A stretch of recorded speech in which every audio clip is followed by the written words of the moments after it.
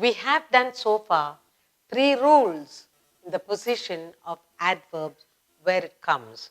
Now how it follows, and we did examples to understand better.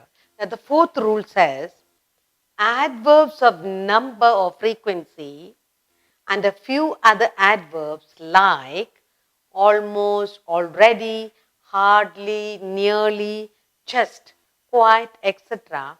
are normally put between the subject and the verb when the verb consists of only one word. Okay. Then they also say when the verb consists of more than one word, the adverbs are put after the first word when there is more than one word. So that's the 4th rule that we are going to look at. And with the example, we will understand this rule better. So rule number 4 says,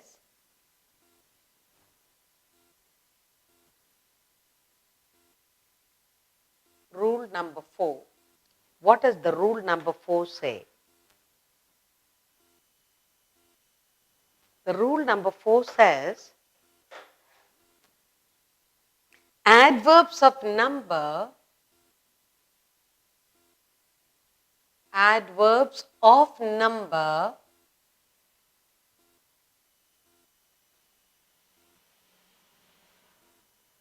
or frequency or frequency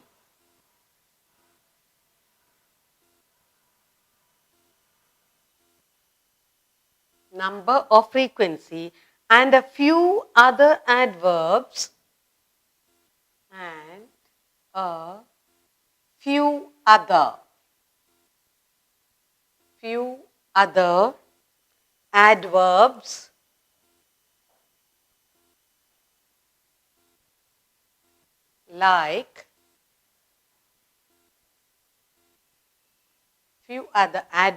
like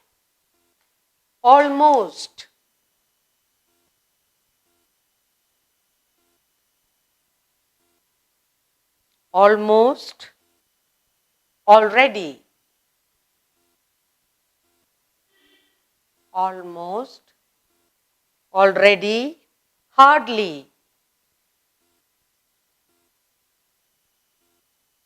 hardly, nearby,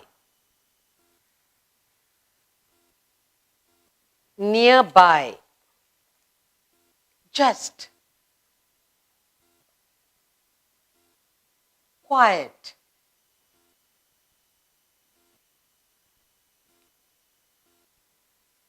etc. So, adverbs of number or frequency and few other adverbs like almost, already, hardly, nearby, just, quiet are normally put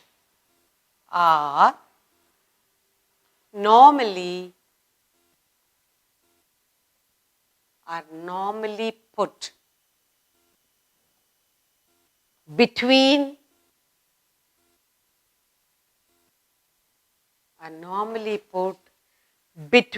the subject and the word. Between the subject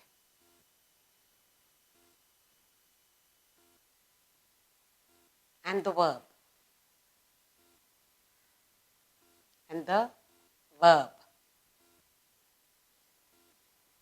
Subject and the verb when the verb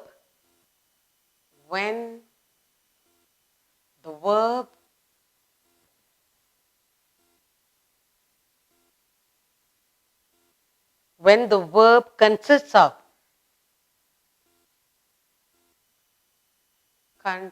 of only one word. Okay, what's that? Let's look at it again. Adverbs of number or frequency and a few other adverbs like almost, already, hardly, nearby, just, and quiet. All these are normally put between the subject and the verb. And the verb when it consists of only one word. And that's what we are looking at. Let's look at the example I have here. Examples.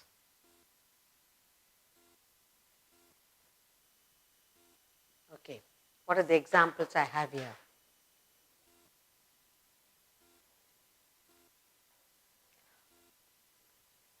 First one.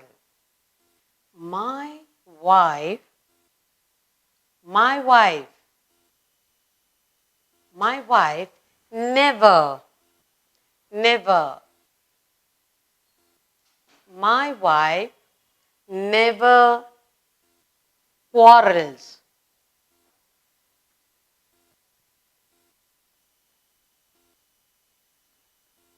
Okay. Another second sentence we have, I quite agree.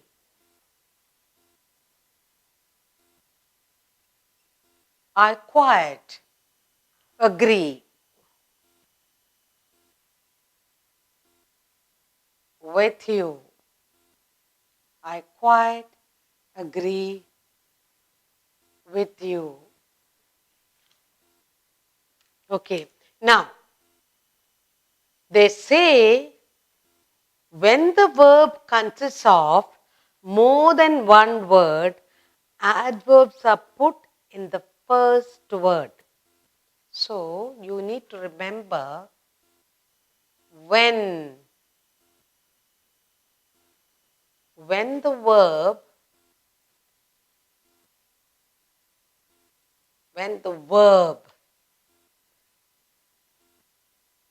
consists of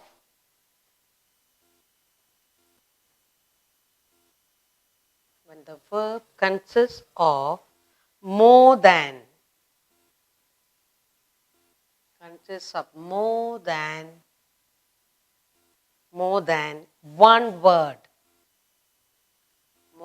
one word, then what happens in this? More than one word, then the adverb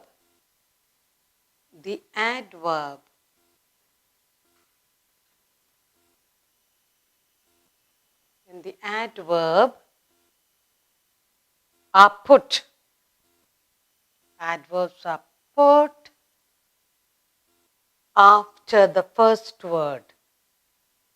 After the first word.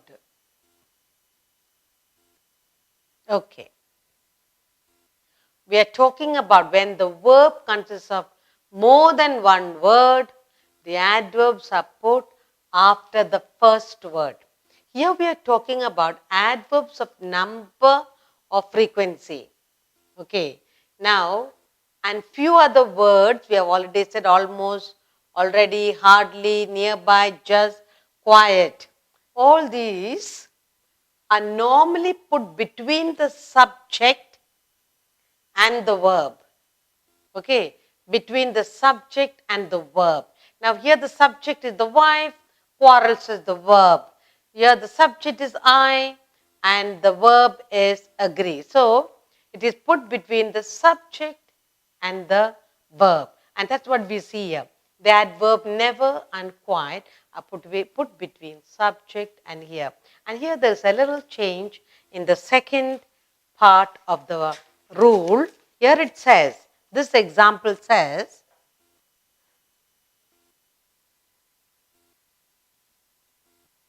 you have another set of example.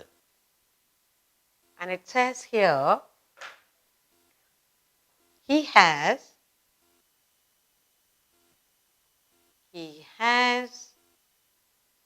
never, now look at that, okay, never seen a zebra. Seen a zebra. And the second sentence you have, the first sentence, and in the second sentence you have, I have often, I have often. I have often heard that story. Heard that story.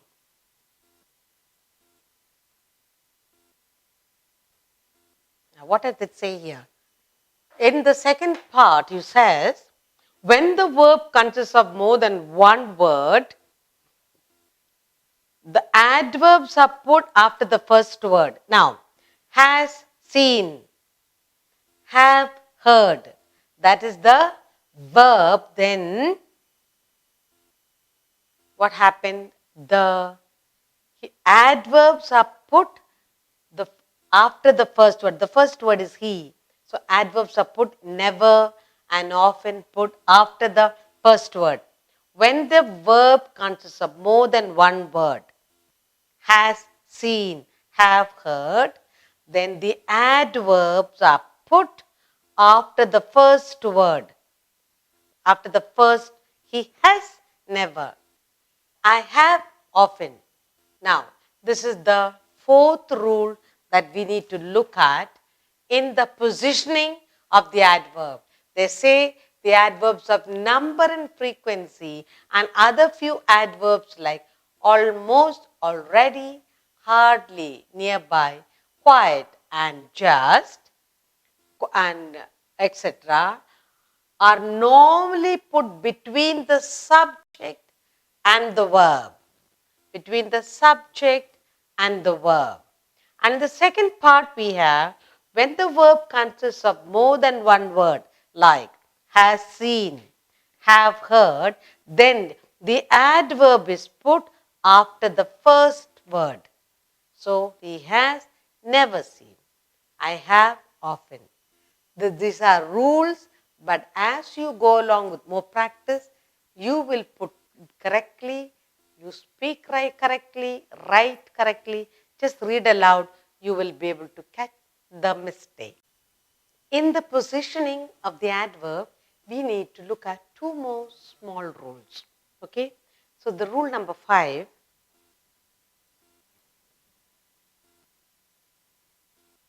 Rule number 5. Let's see what the rule number 5 says.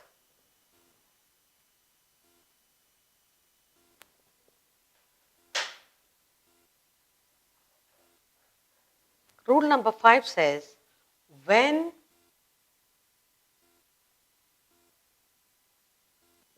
an adverb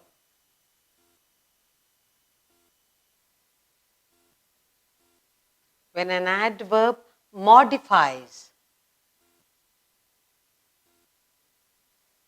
when an adverb modifies an adjective,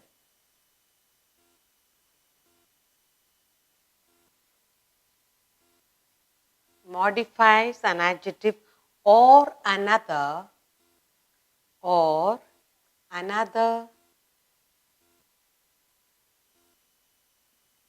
another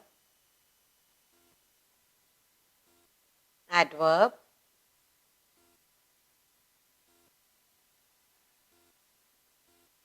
it is usually placed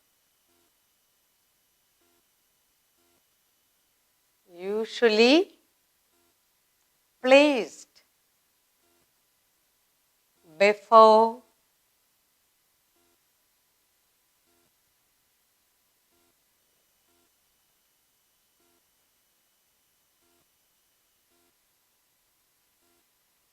the word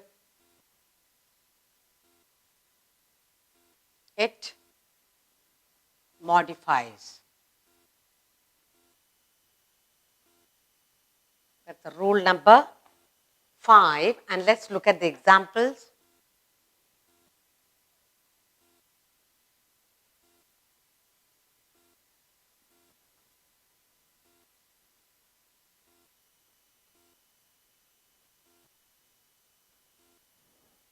Let us look at some examples here.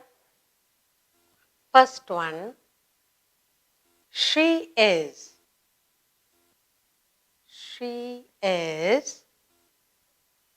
very intelligent. She is very intelligent.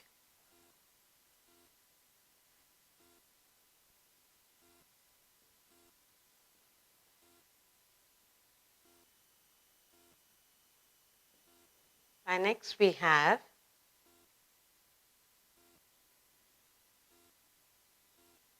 he sings. He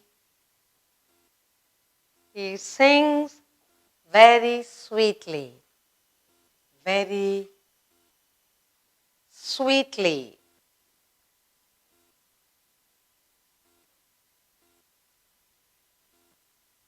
And the third one we have, they are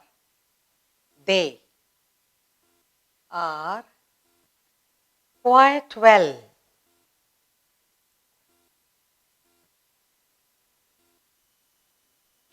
Quite well. Okay, now let's look at it. Now for this there is an exception, they say. The exception is, you need to look at that also. What is the exception they're talking about? Okay, so this is the example and this is the exception. To the exception of the rule, what you said, the adverb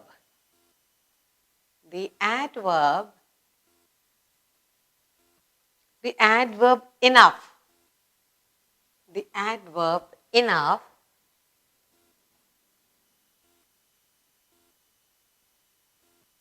okay, the adverb enough is always placed where? It's always placed after the word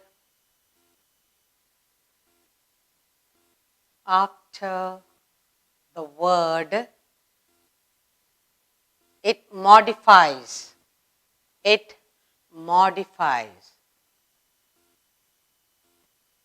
That is what you had to remember. The word enough. Enough of talking. Enough of eating. Enough of playing. So, enough of eating. After the word it modifies. So, this is what we have to remember. Then, I give you an example for this. I give you for this example, for this one. Example is,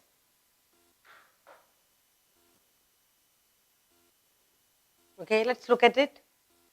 He is good enough for his job. He is, first one, he is good. He is good enough.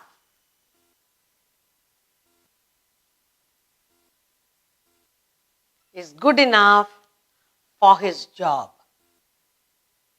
For his job. The next one example I have here is, the house is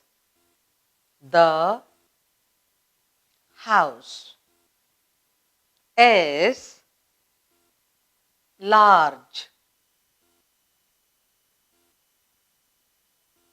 enough.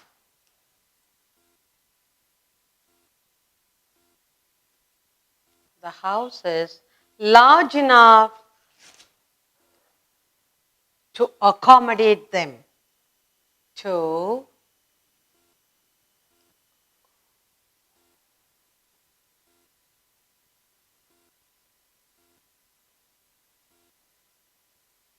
accommodate them. Okay? Now that's it. Now let's look at it very, very carefully, what we have done. The rule number 5 says, when an adverb modifies an adjective, intelligent, well, sweetly, it's a, when the adverb very is modifying the adjective, quiet, modifying well, very, modifying sweetly, then It is usually placed before the word it modifies. Okay, so you said adverb modifies the adjective. So it is put before the word it modifies. So she is very intelligent. They are quite well. You sing very sweetly. Then the exception to that is they say the adverb enough is always placed after the word it modifies. Here the after the word. Good, large are adjectives, but adverb enough is placed after the word it modifies. So is good enough for the job.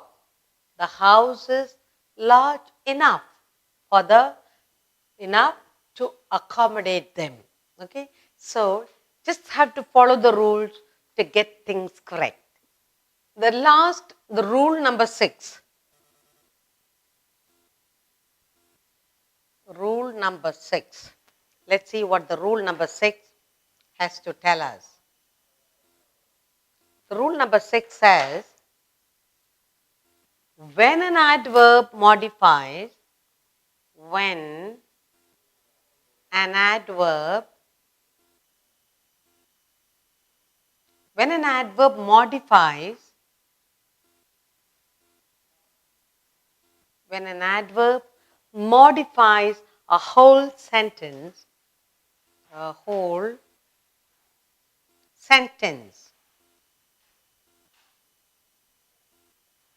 sentence, it is placed at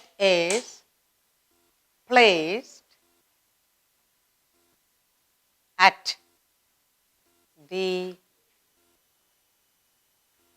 beginning of the sentence.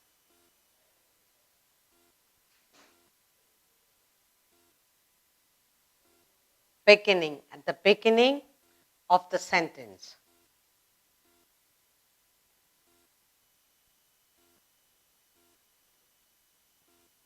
And we have example, just a couple of examples.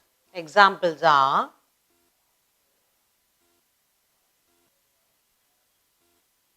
what are the examples? First one. The first one says, unfortunately, I was wrong. Unfortunately.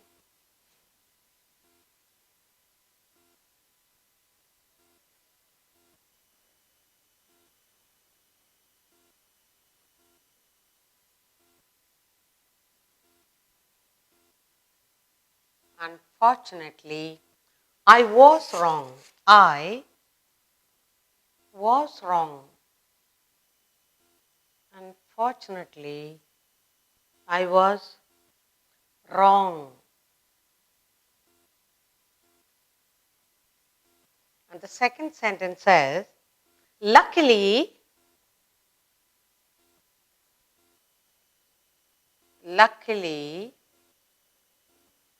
nobody saw me. Nobody saw me. Luckily, nobody saw me. So that's two sentences that we have to look at. Now, in rule number 6, they says, when an adverb modifies a whole sentence, the adverb unfortunately and luckily, it modifies the whole sentence. Then it is placed at the beginning of the sentence. It's a very simple rule. When an adverb modifies the whole sentence, then the adverb is placed at the beginning of the sentence. Luckily, nobody saw me. Unfortunately, I was wrong. Okay? So, in the rule number 5, exception you have to look at is enough is always placed after the word it modifies. In the 5th rule, it says the adverb modifies the adjective. Intelligent, well, sweetly are adjectives, and therefore the adverb very, quiet, very modify the adjective, therefore it's placed before the adjectives. Okay. Now, in this last rule, the adverb modifies the whole sentence. In that regard, the adverb is placed beginning of the sentence, and that's all you need to remember.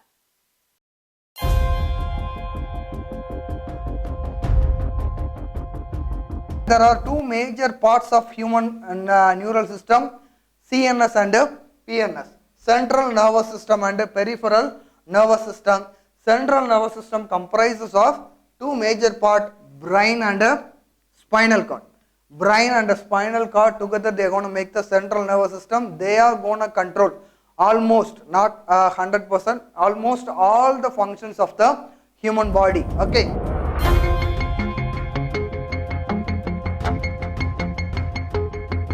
And see the next question over here. Total number of bones in each limb of a man. Okay, as I told you in the introduction classes, from this chapter, okay, you can expect the direct questions like this. Okay,